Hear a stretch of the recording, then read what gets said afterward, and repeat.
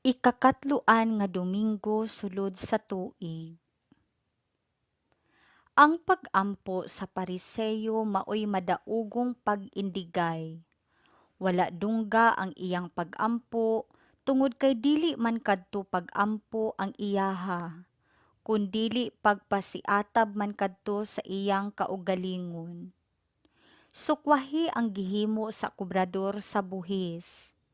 Mibati siyag kaulaw at tubangan sa Dios. Gani nagpamukpok siya sa iyang dughan. Miila ug miangkon siya sa iyang pagkamakasasala ug nanghangyo nga kaluy-an. Tinuod gayud siyang nag-ampo, busa gidungog siya. Atong madunggan si San Pablo diha sa ikaduhang pagbasa, nga daw nanghambog siya sa iyang kaugalingon. Pariseyo ra ba usab siya? Apan dili di ay, tungod kay mipadayon man si San Pablo sa pag-ingon nga kining tanan nahimo tungod kay ang Ginoo nilaban man kaniya, naghatag kaniyag kusog. Busa sa tinuoray, ang iyang pagpanghambog maoy pagpanghambog diha sa Ginoo. Ang pagkahimuot sa buhat sa Dios dinhi kanato maoy buhat sa pagpaubos usab sama sa atong makit-an diha sa Magnificat sa bulahang Birheng Maria. Pamalandong. Sa akong pag-ampo ngadto sa Dios, nagmapaubsanon ba ako? Pagbasa gikan sa basahon ni Sirach. Ang Ginoo makiangayon ug dili siya magpakita og pinalabi. Wala siya magbaton og daang panghukom batok sa kabos, kun may usa ka tawo nga mag-ampo nga siya gilupigan, ang Ginoo mamati kaniya. Kun ang mga ilo ug mga byuda mag-ampo, sila iyang tagdon. Alagari nga mahinangpon ang Ginoo ug dawaton kaniya. Ang imong mga pag-ampo moabot hangtod sa kapanganuran.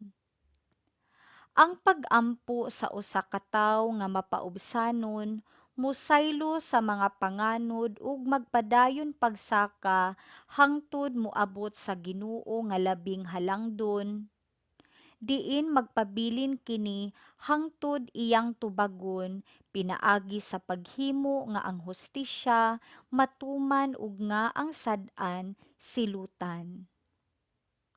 Ang pulong sa Ginoo. Salmo responsoryo. Ang Ginoo nagpatalinghog sa singgit sa kabos. Daygon ko ang Ginoo sa tanang panahon, ang iyang kadayganan maania kanunay sa akong baba. Maghimaya ang akong kalag diha sa Ginoo, makabati kanako ang mapaubsanon ug malipay. Ang Ginoo nagpatalinghog sa singgit sa kabos. Ang Ginoo nakigharong sa mga nagbuhat og dautan aron mapapas ang ilang handumanan dinhi sa yuta. Sa pagtuwaw sa matarong, nagapatalinghog kanila ang Ginoo, ug sa tanan nilang mga kalisdanan, giluwas niya sila. Ang Ginoo nagpatalinghog sa singgit sa kabos.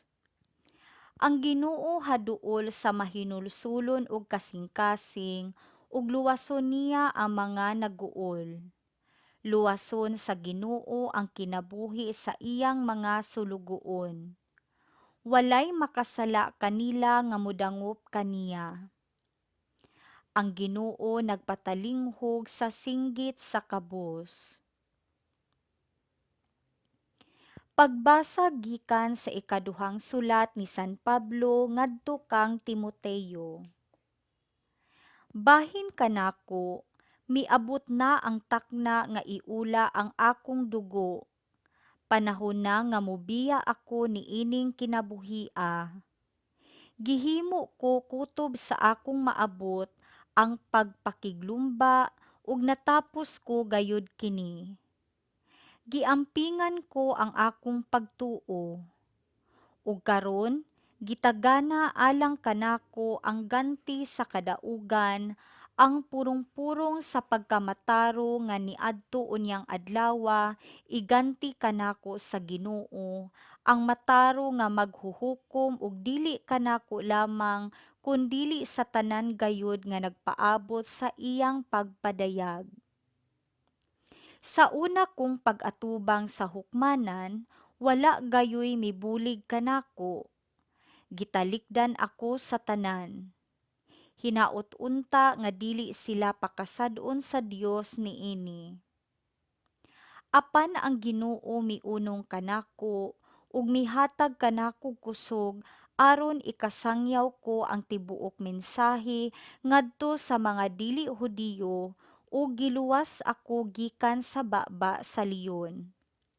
Ug luwason ako sa Ginoo gikan sa tanang kadautan ug dad-on ngadto sa iyang langitnong gingharian.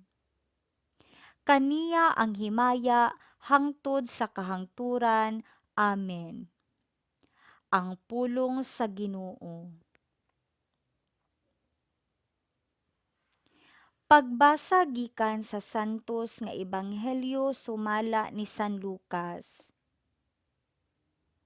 Gisugilon usab ni Jesus kining sambingaya ngadto sa mga naniguro nga sila maayong tawo ug nagtamay sa uban. May duha ka tawo nga nangadto sa templo aron pag-ampo.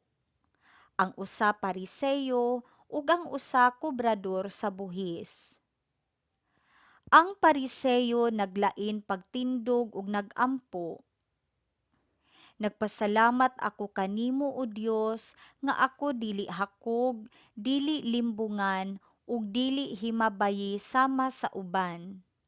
Nagpasalamat ako kanimo nga dili ako sama ni anang kobrador sa buhis. Nagpuasa akog duha ka adlaw matag semana ug naghatag ako kanimog ikapulo sa tanan kong abot. Apan ang kobrador sa buhis nagtindog sa layo ug dili gani moyahat ngadto sa langit. Nagpamukpok siya sa iyang dughan ug nag-ingon, O Dios, maluoy ka kanako nga usa ka makasasala.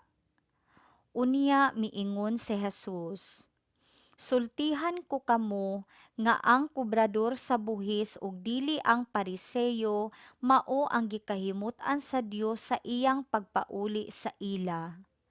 Kay ang tanan nga magpataas sa iyang kaugalingon ipaubos ug ang tanan nga magpaubos sa iyang kaugalingon ipataas. Ang Ebanghelyo sa Ginoo.